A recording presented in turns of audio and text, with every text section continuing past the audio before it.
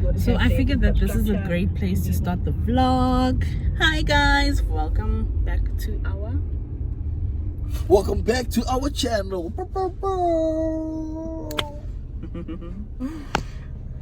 Okay. Yeah, we thought it would be a fun thing to vlog. So yeah, come along with us as we take the trip to Lamu. Starting it off, going to work today, leaving work early. From that, I'm gonna go to my brother's house. From my brother's house, we're gonna be there for a bit, and then around midnight we are gonna leave for the airport. Papa, what are your plans for the day? Just want to give you guys a disclaimer. I'm not some influencer guy. Oh please. I'm not some actor, just an ordinary guy. So you'll see ordinary guy things when I'm involved. Again, you have to speak louder. Speak louder.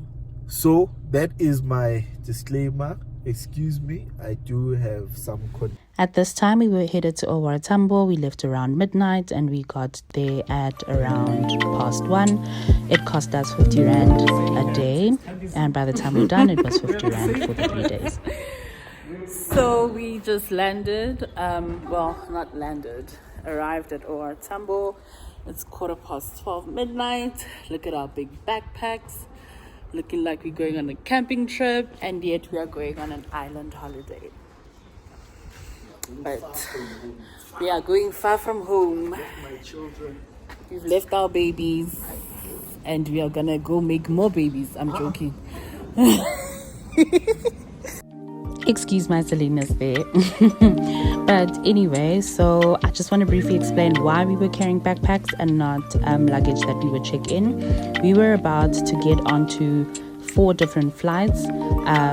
One to Kigali, from Kigali to Nairobi. From Nairobi, we would then take one to Lamu, and then we would then get a boat to Lamu. So the rest of this vlog is basically showing you the journey of us getting there. So hold your seats. It's a very long one, very interesting one, but yeah, let's go.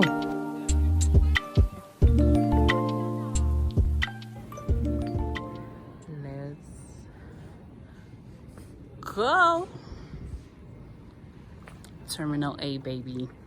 Context: this was our very first trip that we took internationally just after COVID, so it was really exciting for us to go.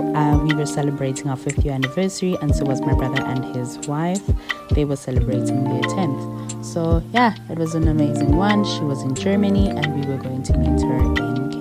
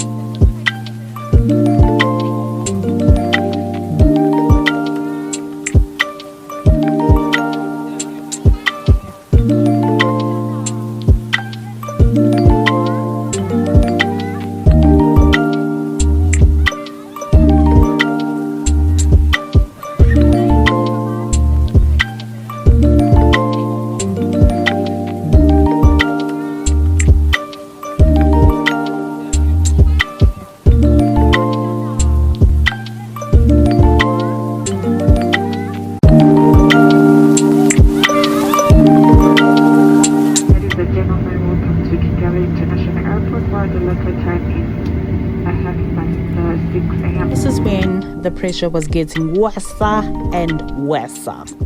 Anyway, we got into the bus, made it through to the connecting flight area. Once we got there, the line was pretty long. And my husband needed to use the bathroom. My word, talk about timing. Anyway, He went to the bathroom. Don't think he finished, but hey, we weren't gonna miss the flight, so like, get it together. We made it through to the boarding gates, and we were finally on our way to Nairobi at 7 a.m.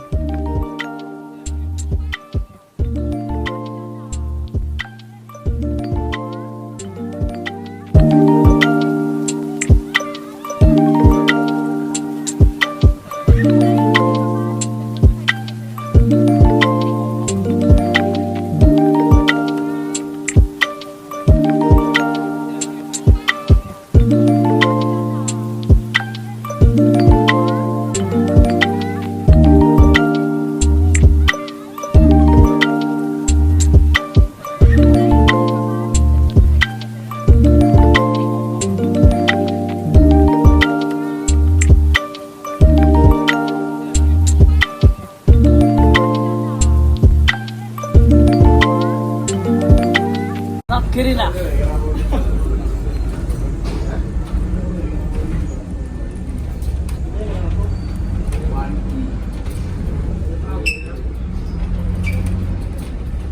How is the pressure? No pressure. You feel nothing. Wow. Nothing works. Wow. Amazing, incredible. Then at the end of the day, you're fine. I don't need that attitude. At the end of the day, that was okay. I don't need that attitude. What will provide? Please stop, because you're already speaking like we're missing our flight. No, I'm just saying God is on the throne. Trust in God. Normally, we'll have to accommodate. That's all right. We do the best we can. We continue on time.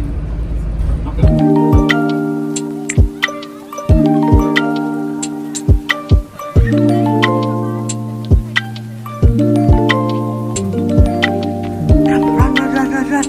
This is amazing. We have to leave this airport and head off to Lamu in 0.25 seconds. Excuse me. Thank you.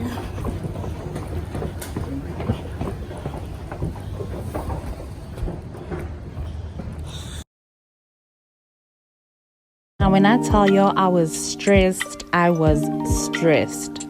So once we landed in Nairobi, I had received an email that our flight that was supposed to be 2 hours from when we landed in Nairobi had actually been moved down, and so we needed to rush all the way to Wilson Airport, which is also in Nairobi, but it's a smaller airport in Nairobi where you will find flights to Lamu if you're not going directly from Jomo Kenyatta.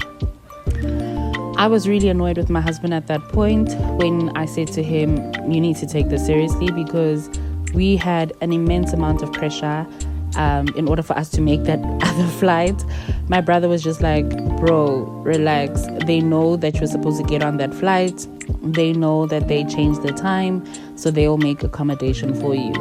And I couldn't handle it. And he was just telling me, trust in God. And I'm like, bro, I know, I love God, I trust him, but right now I am going through it and I don't know how I'm going to recover. Anyway, we eventually made it to Wilson Airport, and this is when the drama officially started.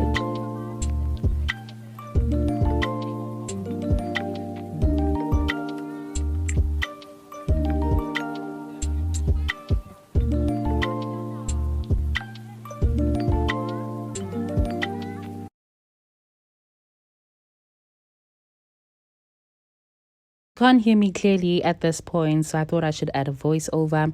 This was basically a big hurry up and wait situation. They had made our flight earlier. However, the flight that was supposed to go at the time that we had arrived, they decided to join both the flights. So instead of us leaving at 12:30, we would leave at 1:30. First red flag. Second red flag was when we got to the airport, I had called ahead to tell them that you guys have changed the flight, and because of that, we're trying to make our way. So please let them know that we're literally like 15 minutes away in case the check-in gates are closed. I already had checked in online, but can they print out our boarding passes because they insist on having physical boarding passes. This is East African Airlines, by the way. Anyway, we called ahead. Everything was set. Got to the gate. After that long line, the man says to me, "Sorry, ma'am, you can't get on the flight. Check-in is already closed." And I was like, "You can't tell me that because I just called your counter and they told me that I could." And he was like, "There's no counter here. There's no info desk." And yep, he was quite right. There was nothing in sight.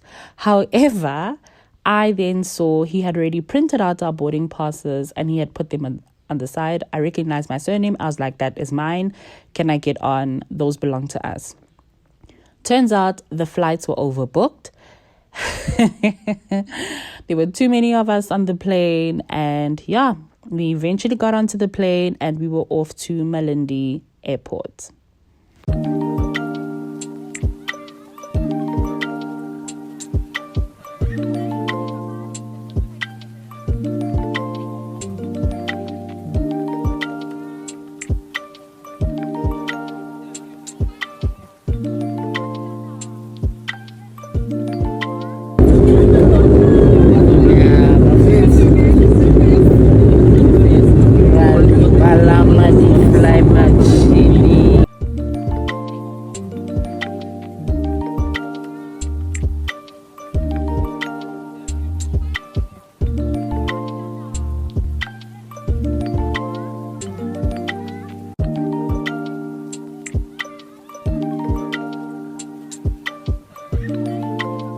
We landed at Malindi Airport and we had to disembark the plane because what they told us at the time was that they just needed to quickly fuel up and we would be gone in 15 minutes.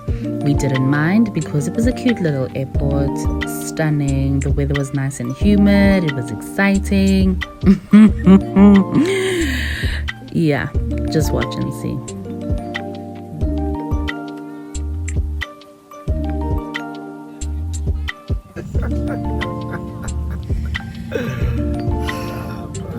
Tell the people what just happened. We have been stuck at this Malindi airport since we landed at 1 p.m. It's now, what's the time? It's like 4:30 to 5. To 5. I'm not taking it personally. It's not the crew's fault. They're not the ones who buy the fuel. Someone driving their swanky Range Rover, sitting in their swanky office, probably messed up. And we've been stuck here for 5 hours while they sit in their mansion, probably in Nairobi. The kids are watching Kenyan DSTV. Don't fly East Africa, guys. It's just a warning. Unless you like adventure, you like, the mystery. Will I make it? Will I not? If you've got extra bands to maybe buy another ticket, it's up to you, bro. Do you?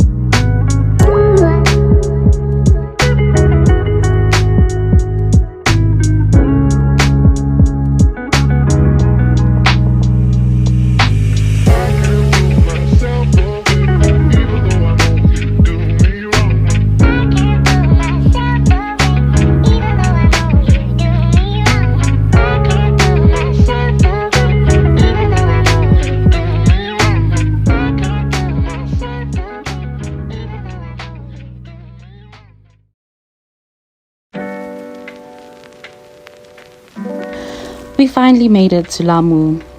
4 flights later, we're here, finally landed. It's hot. We've been awake for almost 17 hours now, just traveling to get to this place. Sure, what a time.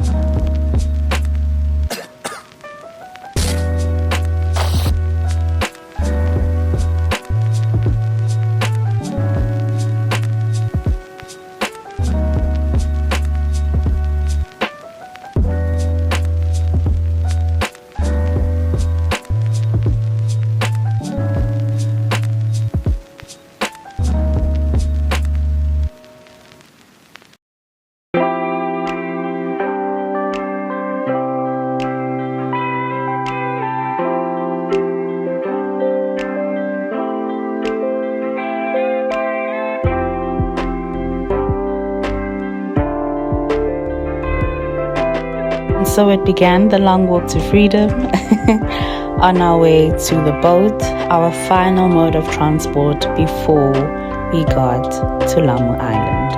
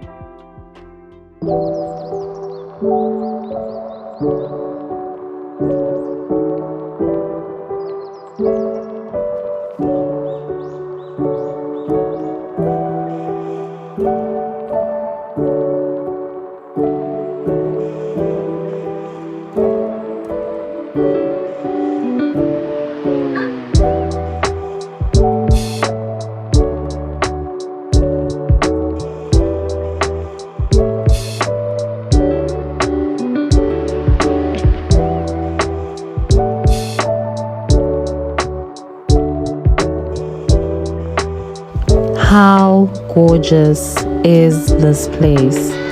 I'm so glad we came here at sunset because it allowed us to experience the sunset boat ride. But from the airport instead, it was beautiful. The waters were calm. The speedboat was really fast. My husband was asking questions around the history of Lamu. And yeah, we were getting stuck in. We were so excited. We even saw a Somali ship, and this is us landing on the island.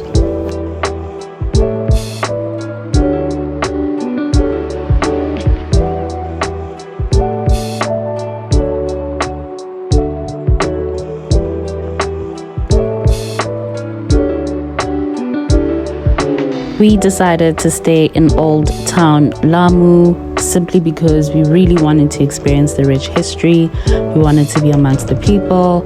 It's also cheaper, but the buildings are much older. It's more relaxed. The food is more affordable than going to the other fancier side of Lamu.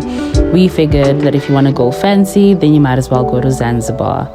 So yeah, Old Town Lamu it is. This is us getting on the island. Fun fact about Lamu Island is that there are no cars on the island at all. I think maximum there's 4 cars, but donkeys are the main mode of transport that are used to get around. And yeah, guys, thank you so much for watching this vlog. Part 2 is coming up next week. See you soon. Mwah. Enjoy.